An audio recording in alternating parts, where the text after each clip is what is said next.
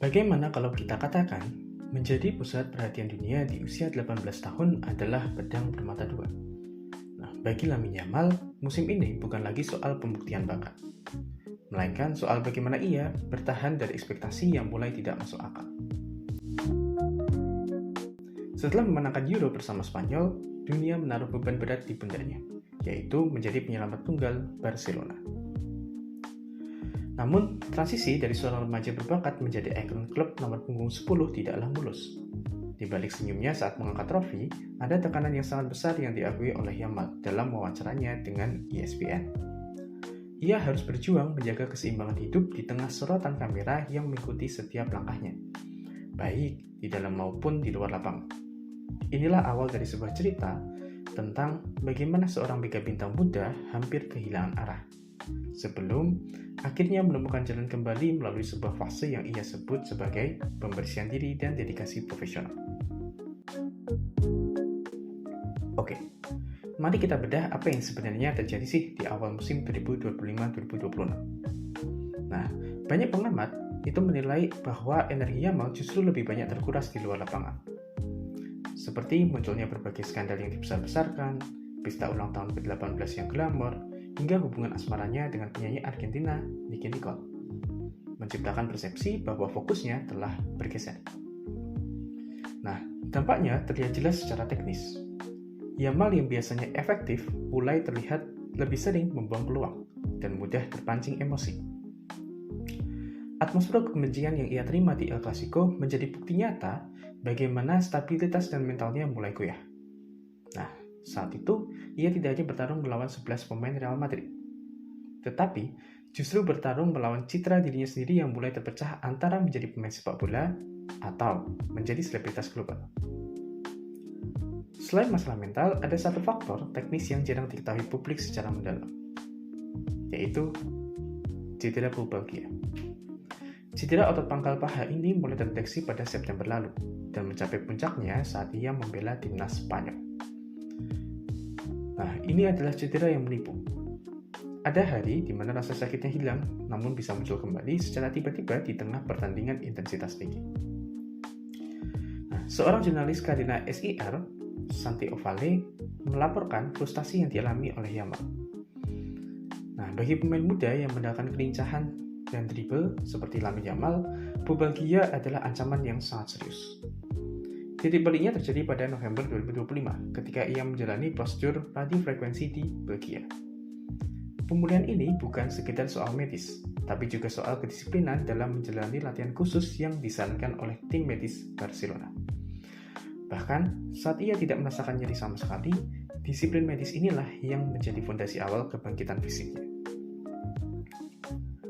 Laga melawan Copenhagen di Champions League adalah bukti nyata bagaimana transformasi Yamal terlihat pertama kali di kancah Eropa. Yamal tidak hanya bermain, ia sangat-sangat mendominasi. Ia mencatatkan 1 gol, 1 assist, dan 1 pre-assist pada penalti Rafinha. Nah, jika kita melihat heatmap-nya, Yamal tidak lagi terpaku di pinggir lapangan. Ia melakukan 7 recovery bola dan menciptakan 3 peluang emas. Nah, ini adalah indikasi awal bahwa fisiknya telah kembali di level optimal. Tekanan kembali muncul pada saat Yamal harus berhadapan dengan Real Madrid, yang mana Real Madrid terus menempel ketat di klasemen. Namun, Yamal berhasil meresponnya dengan performa MVP. Ia memberikan asis krusial pada Marcus Rashford dan mencetak gol penentu. Yang menarik bukan hanya golnya, tapi bagaimana ia memenangkan 6 dribble sukses dari 8 percobaan. Sebuah rasio keberhasilan yang meningkat drastis dibandingkan awal musim. Nah, ujian mental sesungguhnya terjadi saat melawan Albacete. Di fase gugur tanpa ruang kesalahan, Yamal menjadi sasaran provokatif ofensif terkait latar belakang keluarganya. Namun, nomor punggung 10 ini memberikan jawaban di lapangan. Ia mencatatkan akurasi umpan 90% dan menciptakan 5 peluang gol. Dalam laga ini terlihat jelas hasil dari program latihan privatnya. Dengan tinggi 181 cm dan massa otot yang meningkat, Yamal berkali-kali memenangkan duel fisik 1 lawan 1 melawan bek Albacete yang mencoba menghentikannya dengan kontak fisik keras. Ia bukan lagi remaja yang mudah dijatuhkan. Ia telah bertransformasi menjadi penyerang yang kokoh secara fundamental. Penghapusan jejak digital di Instagram dan keputusan untuk membatasi kemunculan di media adalah manifesti dari kedewasaan baru. Nah, Yamal ini mulai menyadari bahwa satu-satunya mahkota yang berarti adalah yang diraih di lapangan, bukan yang dipamerkan di media sosial. Ia berhenti mengejar pengakuan publik dan kembali menikmati sepak bola dalam bentuk yang paling murni. Nah, secara statistik, apa yang dilakukan Yamal di usia 18 tahun sangat luar biasa. Ia telah menyamai total gol musim lalu hanya dalam separuh jumlah pertandingan. Dengan keterlibatan dalam 33 gol dari 37 pertandingan terakhir, ia kini berada di jalur yang sama atau bahkan lebih cepat dibandingkan apa yang telah dicapai oleh Lionel Messi dan Cristiano Ronaldo pada usia yang sama. Average ratingnya di La Liga kini telah mencapai 8,44, yang menegaskan bahwa ia bukan hanya sekedar pemain sayap, melainkan pemimpin serangan Barcelona di bawah Hansi Flick. Lamine Yamal telah memilih jalan profesionalnya, sebuah jalan sunyi yang menjauhkannya dari kebisingan media dan mendekatkannya pada keajaiban di atas lapangan hijau. Transformasi dari seorang remaja yang hampir terjebak dalam kehidupan selebritas menuju seorang pemimpin sejati adalah bukti bahwa musuh terbesar seorang mega bintang bukan bek lawan, melainkan dirinya sendiri. Namun, suatu pertanyaan besar masih tersisa.